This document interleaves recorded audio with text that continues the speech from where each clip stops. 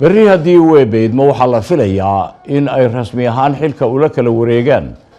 مدحوينها somaliland أحمد محمد محمود سيلايو يوم مدحوينها لطورتي موسى حسين عبدي مصبيحي و حفلة داسنا لقو قابتو حارونتا مدحتوية دا somaliland قابدي أيا صعوطة وحالكاسي كسوغان ورياه يغا محمد عبدي إلي وأن ويديي محمد إلى ما أنت هالكاساد أمورك ودي وحدو كور جلسي قابضو صداي وصعوطه محاوره أدنا قصين كرتا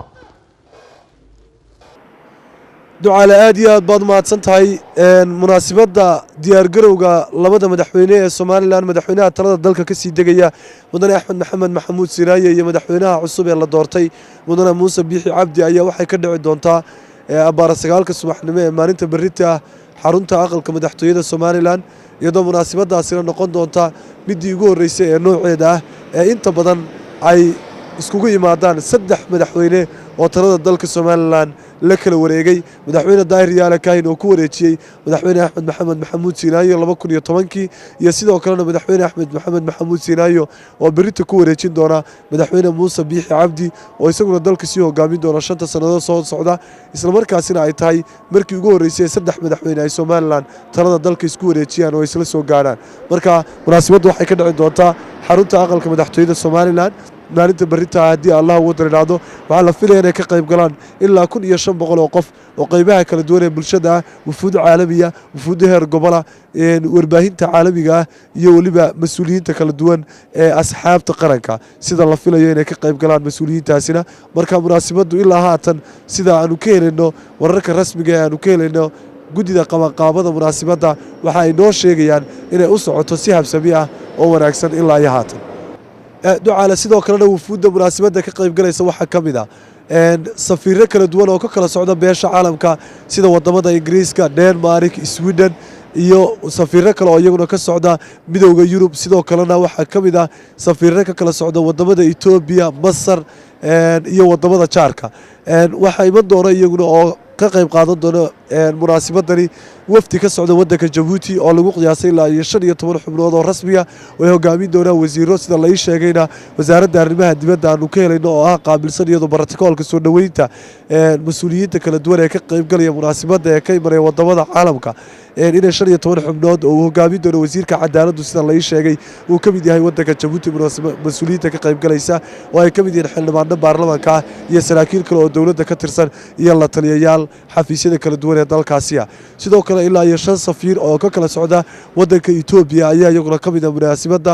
mas'uuliyiinta ka qayb galaysa oo kala duwan iyadoo safiiradaasina ka soo kala shaqeeyeen wadamo kala duwan iyo qaar ka mid ah isla wasiirro hore oo ka tirsan xukuumadda dalka Ethiopia oo hore uga tirsanaa jiray haatan imika ah safiirro iyo saraakiil kale oo dawladda Ethiopia ka tirsan iyadoo wadamada Ethiopia iyo Djibouti ay Somaliland la leedahay xiriir gaar ah sidoo kalena wadanka Kenya waxa ka socon doona xildhibaano ka tirsan baarlamaanka wadanka Masar waxa la sheegay inuu ka socdo safiir ku-xigeenka wadanka Masar oo u fadhiya dalka Djibouti oo isaguna ka mid yahay saraakiisha ka qayb galaysa wadanka Czech Republic iyo wadamada kale ee Uganda sidoo kalena wadanka Imaaraadka Carabta urur goboleedka IGAD oo soo diraysa la sheegay ilaa 4 xubnood oo saraakiil sarsare ah qaramada midoobay iyo mas'uuliyiin kala duwan marka waxa la filayaa munaasabada 1500 qof ee ka qayb galaya ay ka mid noqdaan saraakiishaasi kala duwan ee ka kala socda beesha caalamka oo intooda badan ah safiirada u fadhiya wadamadooda dalalka dibadda Somaliland si gaar ah u dareeya marka ilaa iyo hadda dadkaas la filayaa inay ka qayb galaan munaasabada sidoo kale waxa joogi doona madaxweyne Siinaayo oo xilka wareejinaya madaxweyne Riyaale oo hore wareejiyay iyo madaxweyne Muuse Biixi Cabdi oo isagu haatan talada dalka la wareegaya محمد waxaad ogtahay in rasmi ahaan berito ay kaga dhan tahay madaxweyne Siinaayo iyo xukuumaddiisa ama wasiiradiisii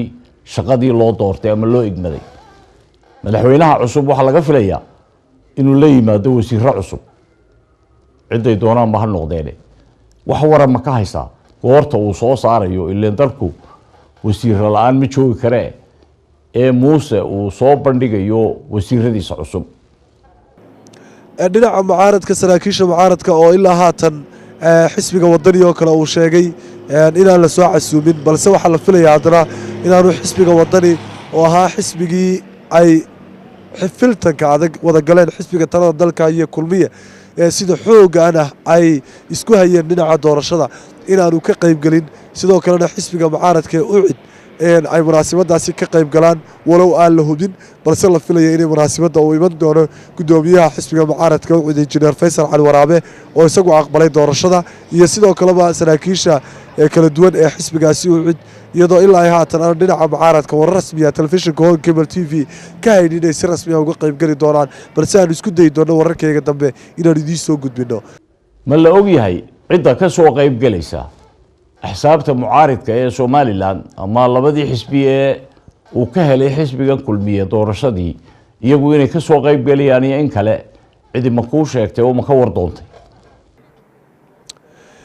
golaha wasiirada ee la filayo in madaxweyne Muuse Biixi Cabdi magacaabo ayaa marka beritoole talada dalka la wareego wuxuu magacaabi doonaa sida inta badan sunnuu ahaa ee Siiraayiba hore u soo sameeyay maalinta ku xigta golaha wasiiradiisa oo la filayo inay ka koobnaadaan ilaa iyo haatan xogaha aanu ka helin Home Cable TV ila kala duwan oo xogaha ilaa iyo 22 wasiir oo buuxa oo ay iskugu soo ururin doona wasaaradaha kala duwan ee wadanka sidoo kalena ilaa 6-8 wasiir ku xigeen oo noqon doona wasiir ku xigeenada kala duwan ee ay yeelan doonto xukuumadda Somaliland marka waxa la filayaa xukuumadda madaxweyne Axmed Maxamed Maxamuud Siiraayo ee talada dalka ka sii degaysa oo ahayd tiradeeda golaha wasiiradu ilaa 7 wasiir inay ka yaraan doonto ilaa 50% ama 55% percentage tirada golaha wasiirada uu dib u magacaabi doono Muuse Biixi Cabdi oo madaxweynaha la doortay markuu talada dalka la wareego isla markaasina ay ka wada tirsan yihiin isla xisbiga kulmiye oo ay ahayd qori isku dhiib xisbiga kulmiye inuu mar labaad uu talada dalka uu ku guuleysto marka filashada dadku waa inta wasaaradaha muhiimka la hadlayo waxa kamid ah wasaaradda madaxtooyada oo ahaan jirtay 7 sano ugu dambeeyay wasaaradda awood badan sida uu ka yeeli doono madaxweynaha cusub ee doonay iyadoo la filayo in la sheegayaba in wasaaraddaasi la baabiin doono oo ay wasiir yeelan doonin sida uu ila xogaal aanu ku hayno balse aanay rasmi oo si toos ah aanay u ahayn wasaaradaha kale muhiimka waxa kamid ah wasaaradda arrimaha gudaha wasaaradda maaliyadda wasaaradda arrimaha dibadda wasaaradda gaashaandhigga wasaaradda warfaafinta meelaha muhiimka ah ayay ka mid yihiin wasaaradaha la filayo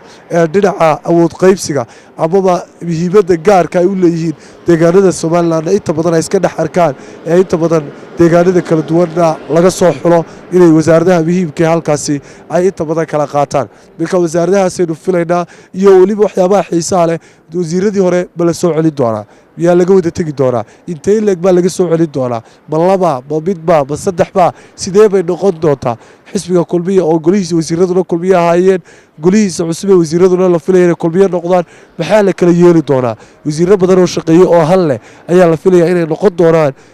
dadaalkoodii iyo hanaankoodii inay ku dhisaan wasiirada cusub ee soo magacaabi doono Muuse Biixi Cabdi Home Cable TV waxaad si toos ah ugala socon doontaan haddii aan la wadana maalinta berita munaasabada ka dhici doonta aqalka madaxtooyada idinkoo goobihiina iska jooga qof walbaaba gurigiisa ama goobtiisa shaqada uu iska joogo inuu live ugala socdo Home Cable TV Facebook Home Cable TV YouTube iyo Home Cable TV telefishinka sida tooska amraayada aad uga daawan doontaan goob kasta iyo goor kasta aad joogtaan ayadoo hawladeennada Home Cable idin soo gudbin doona munaasabadaasi live-ka ah waa aniga Maxamed Cabdi Leega oo idinku dhaafaya iyo Xamse iyo tiimka kale Home Cable TV wassalaamu calaykum waraxmatullaahi wabarakaatuh